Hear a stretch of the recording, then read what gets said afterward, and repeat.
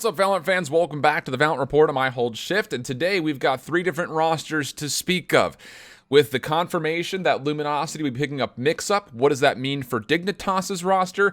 And beyond that, 100 Thieves absolutely selling the farm and trying to rebuild as they drop 4 out of their 5 players. Let's start at the very top and talk about the team that made the full change, which is Luminosity, entering the scene in North America as they pick up the roster formerly known as Mixup. This is a team that's very interesting in my mind. I was pretty favorable on them going into the PAX Arena.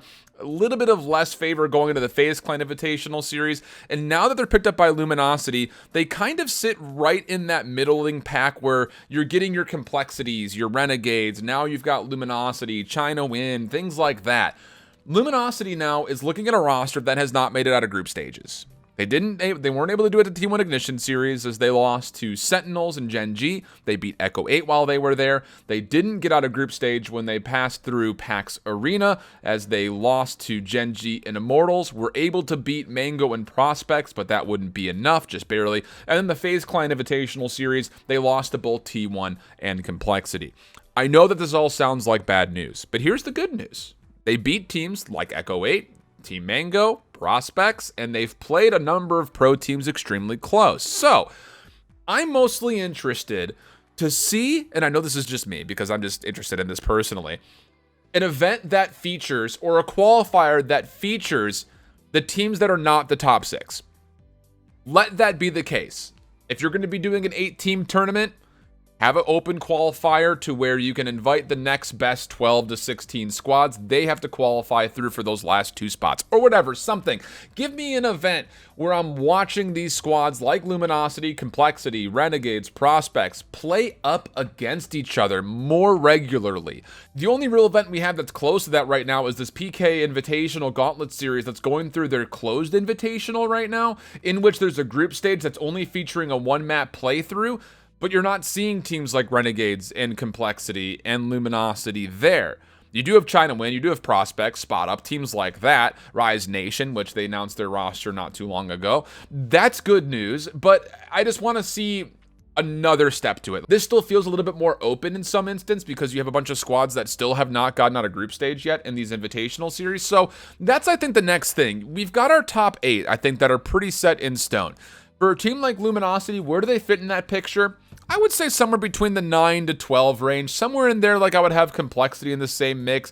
Maybe Renegades. I need to see more from Renegades personally, and we will when it comes down to this Pittsburgh Knights Invitational Series going on this weekend. But I don't know. I'm just still interested to see where the shakeup is between the elite squads and the ones that aren't quite there. And then you still have your up-and-comers, I think is kind of the best way to categorize it at the moment. So interesting moves. I'm excited for Mixup, or formerly Mixup. I think that all 5 of these guys are really great. It just comes down to, can they get to the next step? Speaking of taking the next step, though, we're going to be taking a look with this team getting picked up. I think it pretty much confirms our rumors that Dignitas should be picking up what is Homeless. There have been no other kind of whispers about anybody else kind of getting the nod to being picked up by a major organization. Homeless is listed as playing on the main event as they're invited to the Pittsburgh Knight Invitational Series going on this weekend.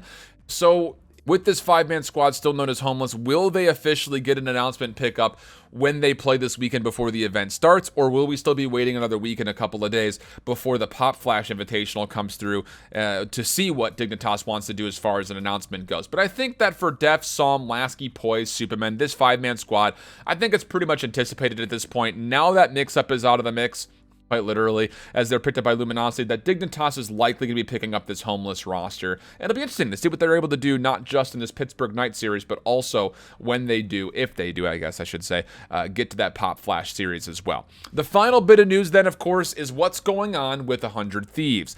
4 members dropped. The only one that remains is Hiko. And I know Hiko's been under a lot of criticism when it comes to whenever he's trusted to make a roster just by himself, it doesn't work out that well. And although I will say this, Hiko is definitely a player you want to hold on to if you're 100 Thieves.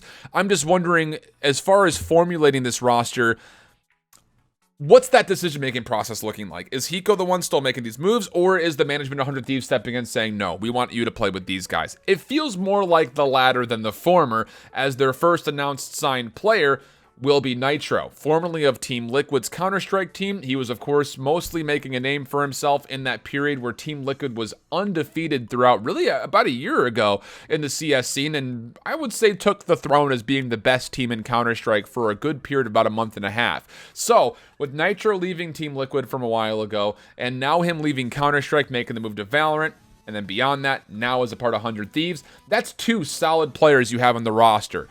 But where do you go from there if you're 100 Thieves? I think your best next option would be Jason R, who previously played with FaZe Clan during the T1 Ignition series. He looked good when he played with them. Obviously, FaZe Clan took a different direction as far as what they wanted to do with that team, but I think he's honestly the next best option that's out there. If you figure that Homeless is going to be off limits because they're probably going to be the new Dignitas squad, I don't really know who else you go for. Everybody else that you would want to kind of formulate with Nitr0 and Hiko at that level are either picked up or you just dropped. I think Venerated's getting a little bit cheated by all of this. I think he was a player that definitely could hang at that level and possibly be not just a good player, but a great one if given the chance. But every single one of the 4 players that have been dropped from 100 Thieves have posted free agency tweets. So it doesn't sound like there's going to be a re-sign coming through. And it would be very strange, I think, to anticipate that, considering there was that 4-player farewell tweet that 100 Thieves put out. So it's going to be a question mark to see what comes next for 100 Thieves. They're not at the Pittsburgh Night Series. They're not going to be at the Pop Flash Invitational. So they've got some time to figure some stuff out. And hey, maybe you just use these couple of weeks as a way to scout out some new players and maybe try to trial some of them before you actually sign. So that way you come back with a much better look than what you had previously. That's what I got for you guys as far as everything going on in North American Valorant. Before we get to our next and final Ignition series, we don't really know what's coming next for the esports scene, so it'll be interesting to see when those announcements break. So hopefully you guys are enjoying the content so far. Speaking of, before we sign off, I will be doing a more playoff recap and breakdown for the Allied Esports Odyssey that's going on in Europe. It's just the group stage has not necessarily been the most exciting since there's only 3 matches that are happening throughout the day, and it's only 2 maps for each of those. So we'll break that all in the group stage, and then we'll give you guys the full recap on what's going on in the 4-team playoff bracket when we get there. So if you enjoy the content, subscribe, like on the way out, and until the next one, hope you guys keep holding it down. Later. Bye-bye.